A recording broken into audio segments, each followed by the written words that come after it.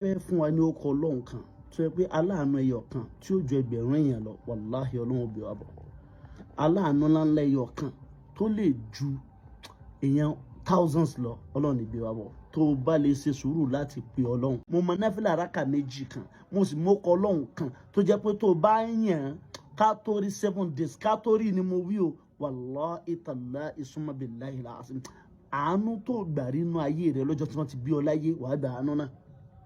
oríire tẹ́nìkan tí ì ṣe rí wàláhì wàá ṣe èmi ń ṣe lọ́wọ́ o sórí mo ní evidence lórí gbogbo tí mo bá ń sọ fún ọ. inú mi ń dùn pé ẹ̀yin èèyàn ń kọ́mẹ́ǹtì pé àfà à ń dúpẹ́ lọ́dọ̀ ọlọ́run pẹ̀lú gbogbo tí ń ṣe à ń rí yàtọ̀ torí pé mo mọ náfìlà yìí rákà méjì péré ni.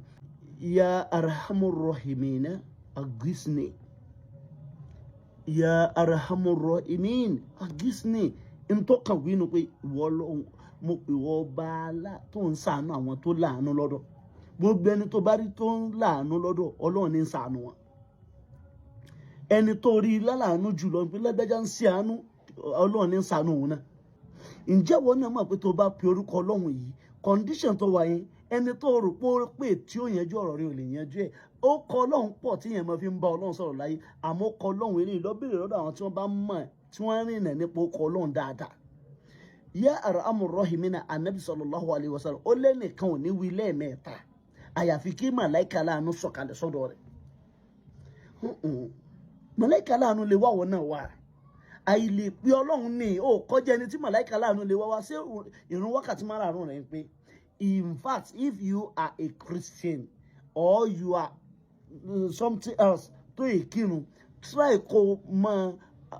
mú ọkàn rẹ sọ́dọ̀ ọlọ́run kó máa ronú pọ̀ ọlọ́run ní gbogbo ìgbà pé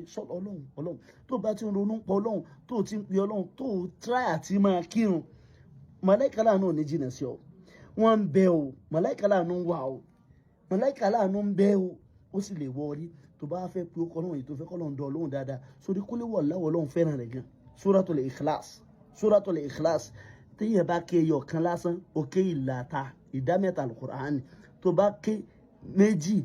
pẹ̀lú bismillah ó ti ké ìdá méjì Al-Qur'ani kápẹ́ sí mẹ́ta ó ti dá ké ìdá méjì tó bá ké kúlú wallahu mẹ́ta ó ti ké odidi Al-Qur'ani ẹyọ kan tó bá wá fẹ́ gba nǹkan lọ́dọ̀ ọlọ́run odidi Al-Qur'ani 33 lókè bóòlù ṣe fẹ́ ké kúlú wallahu 33 níbi rákà alákọ̀ọ́kọ́ lẹ́yìn Fatiha rákà ẹlẹ́ẹ̀kejì Fatiha kan kúlú wallahu 33 tó bá wá sálámọ̀ tán ó wà ké ó sì Allahumma salli ala sayyidina Muhammad wa sallim 100 astaghfirullah 100 subhanallah walhamdulillah wa la ilaha illallah allahu akbar 100 tó bá wá ṣe tán ó wà forí kanlẹ̀ síwájú ọlọ́run tó bá forí kanlẹ̀ ó wà ké kúlú wallahu lórí forí kanlẹ̀ rẹ̀ 33 yẹn ó sì dédé pé odidi Al-Qur'an mọ́kànlá ìlú ṣe tó bá wá jókòó padà lórí ìforíkanlẹ̀ ó wà sọ fọ́lọ́run pé gbogbo tí mo ṣe mo fi jọ́sìn fún rẹ̀ ọlọ́run mo fi gbé ọlọ́run wọlé abẹ́ wọ lórúkọ rẹ tó máa ń torí ẹ̀ sọ àwọn màláìka láàánú kalẹ̀ màláìka aláàánú tó ràn sí mi tó ẹyẹ ọ̀kan tó ju ẹgbẹ̀rún èèyàn lọ mọ́sà ìwà tàbí ìwà bá mi ní kíákíá mọ́sà ìránṣẹ́ rẹ̀ sí mi ó wá ṣe ya arhamur rahimina agisni ya arhamur rahimina agisni ó wí nígbà 313 kò sígbà tó lè ṣe o lè ṣe òru ló dára jù tàbí kó tó sùn lálẹ́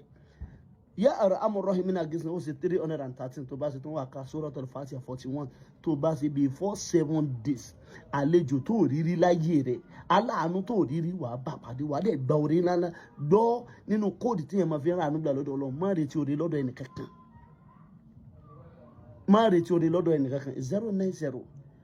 302 33206 WhatsApp number mi nìyẹn tó bá jẹ́ sọ fẹ́ béèrè nǹkan kan tó rú ẹ lójú aláàánú tó ju ẹgbẹ̀rún yẹn lọ ń bẹ lọ́dọ̀ Ọlọ́run. Salamu alaikum.